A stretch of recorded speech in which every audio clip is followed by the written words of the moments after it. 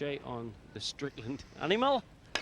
Looks very relaxed to me here. Well, he got a free game there just now, Sid. That was supposed to be Rico's game, and he just dogged the 8-ball. These tables are toughening up already. They're getting a little bit harder. Yeah, it looked a good table yesterday. What makes you think it is harder? What happens is the cloth gets broken in. As the cloth gets broken in, these pockets are going to get a little tougher, and you're going to see more balls stand up like that 8-ball did. Okay, where Earl's at now, he's going to roll out. He'll push out on this shot because he's got no shot at the 1 ball here. He'll find a place where he can roll the cue ball. Then Rico will have the option of either taking the shot or giving it back to Earl. Earl's rolling over here towards the side rail. I think Rico's got to take this shot. This is a cut shot down in the corner pocket. Yeah, very thin cut. He's got to get that dog in of the 8-ball out of his head. I think he put so much thought into screwing back as deeply as he did that he took his eye off and it hit the near knuckle. He didn't think he could miss the ball. Very thin. Nice shot. Nice shot. He's a little out of line here on the 2-ball. He's a little bit too close to the side rail. And it's very difficult to get from the 2 to play position on the 3. He's going to take a little time on this one because he's probably going to run into the 9-ball here after he shoots the 2. See, he's got to make the 2 down in this corner and get the cue ball over here. The problem is getting position with the cue ball where he can now shoot the 3. He can get behind these balls very easily.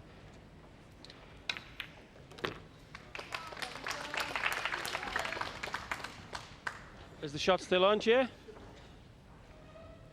He can shoot the 3 down into the corner past the 8, but it's very tight. He doesn't have a full pocket. He's going to take a good look down here to see if it goes. The 3 looks like it will pass the 8-ball, but it's a very tight shot. This is looking like a snooker pocket now. Absolutely. Steve Davis swears that the snooker pocket is smaller than when he was a lad. And in his prime. The way to shoot this shot is to hit the 3 so that it... Oh, he played safe. He might have fluked better than safe. Or he might have stuck it up for Earl. Let's see if Earl's got a window between the 7 and the 5 ball here. He's taking a look to see if he can get through there. Well, very happy, jolly. Occasionally plays the crowd and acts up, does Earl. This is the problem. This ball... The problem is the 7-ball. It's in the way. This is called a half massé shot. He's going to make the cue ball curve. Hit it beautifully. That's what Earl does so well. Apart from being an expert commentator, Jay, you were at the magnificent Dallas night when Earl won $1 million. I mean, I was racking the balls, Sid. Yeah, he did. Oh. Earl missed the 4-ball. Very uncharacteristic. Looks like he gave that game back. Earl doesn't look fully relaxed yet. Absolutely. I've seen him a lot over the last 4 years, and I've seen him more triumphant than losing his rag. Yeah, going back to that reference about Dallas, Sid, he ran 11 racks in a row on a table that was much more difficult than these. But in this game being what it is, this lad was 5-0 down Diks to Andam, who's a good player. A great player. And he came back from 5-0, so he can get rolling.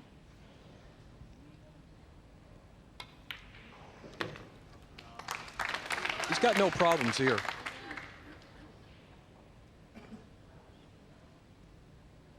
I think we'll see Diks tie this matchup 1 game apiece. Every game is critical here, Sid, because it's a very short match for American 9-ball. Race to 7 is typically our tournaments we race to 11, so 7 is a very short match. That's what some of the pros like Archer and Rampy were saying yesterday. 2 cushion for an elementary 9.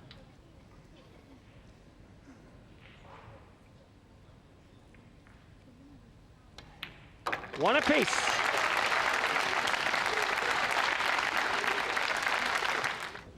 And there's an amazing sight here in the heart of Cardiff.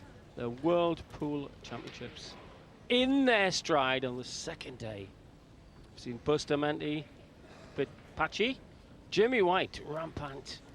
Now we've got A lad who could give Strickland problems. This Dutchman could really put the clog in. This guy knows how to break the balls.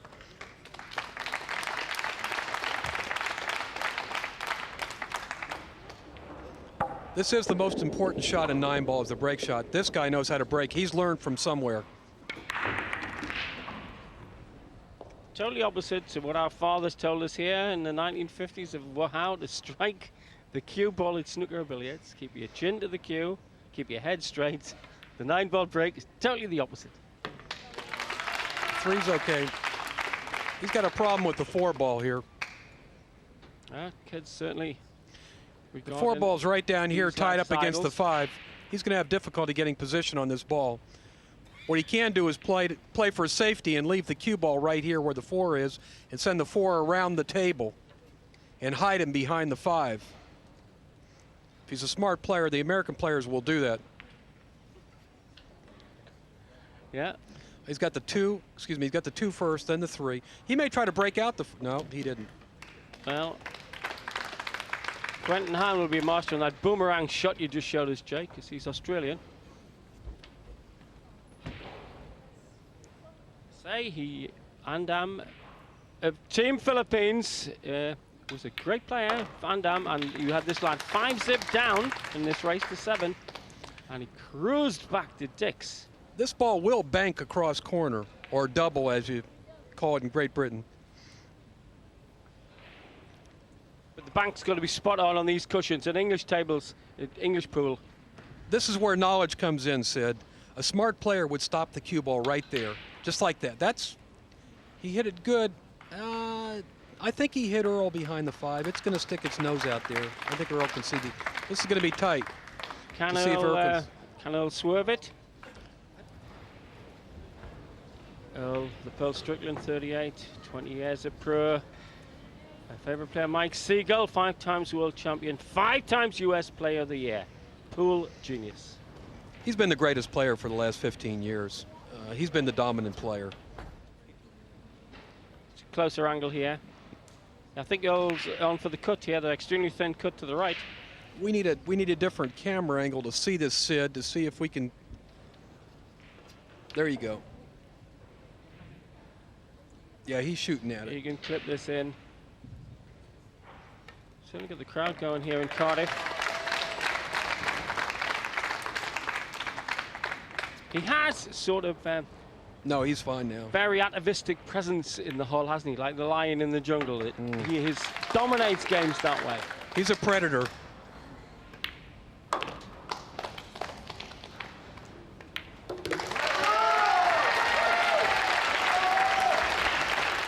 And we pick up the action now in rack 7. Absolutely focused, Earl. It is an interesting contrast between the almost zen type Kikuli's in and then suddenly let rip at the audience or the referee. Earl's totally focused. Say that again. He broke again from the left side. He didn't make anything. You weren't one of the guys who went up the hills of Kentucky when he used to play with the Moonshiners and playing for money, did he? Earl was a money player when he was a young kid.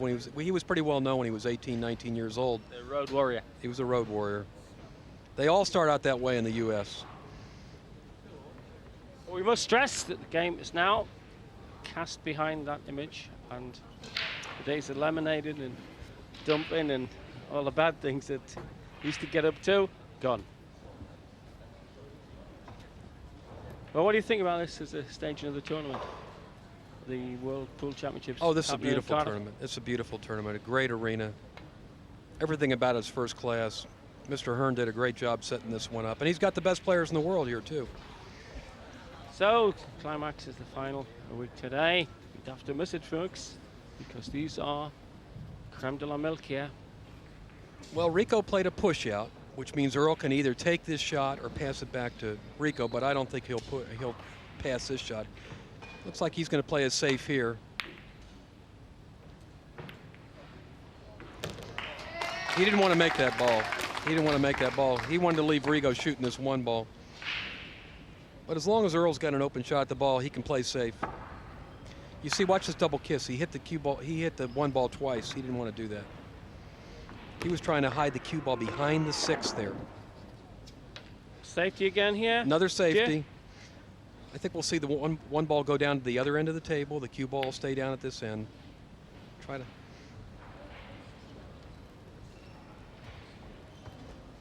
Basically, he just put the balls in a position where Rico's got no shot. Rico's now forced to try to play safe. And if he gets in a safety battle with Earl, he's going to come out second. That's an interesting point, because it isn't the first thing that would have leapt to my mind, because one's seen him in aggressive mode over the last 4 years on visits here, all right, exhibitionally, Moscone Cup.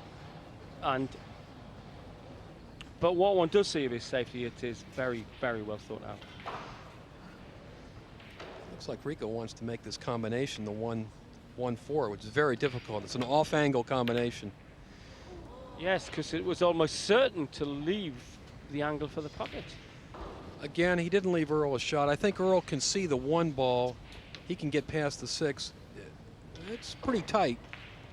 Earl may have to kick at the 1 ball off the side rail there. Yeah, he's going to have to go like this away and kick into it. He'll kick at it. What he wants to do is knock the 1 ball this way and keep the cue ball down in here. So again, safety in mind rather than any more aggressive principle. Oh, he's putting a lot of left-hand side on this. Just like that.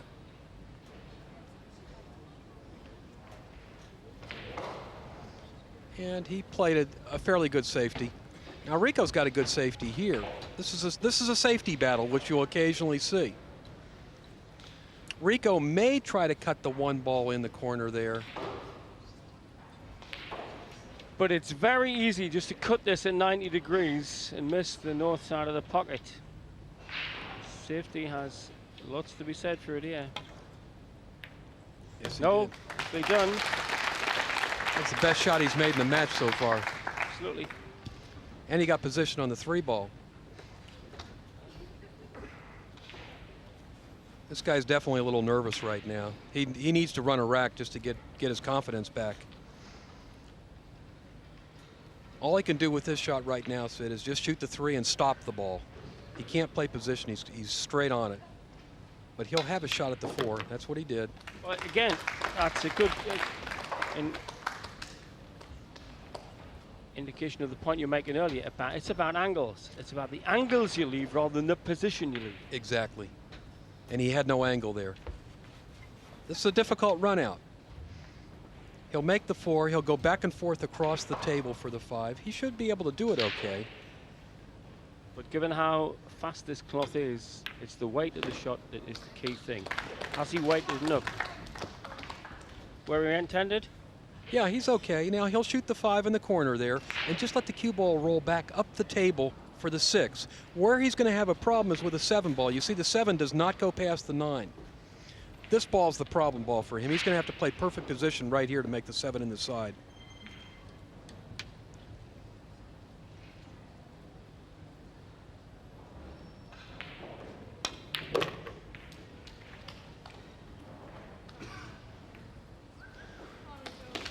Not quite what he intended. He wanted to do the other side of the green, but that'll do. Again, Sid, he has no angle. He's straight in on the 6.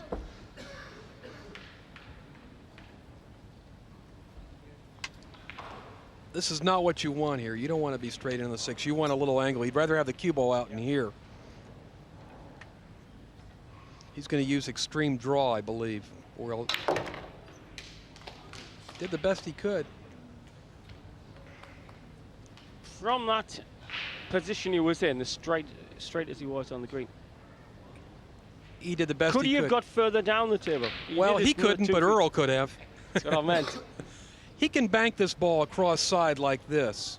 Not an easy shot. And again, the cue ball position is very questionable. He's looked at the other side of this one, Jay. He was playing safe there.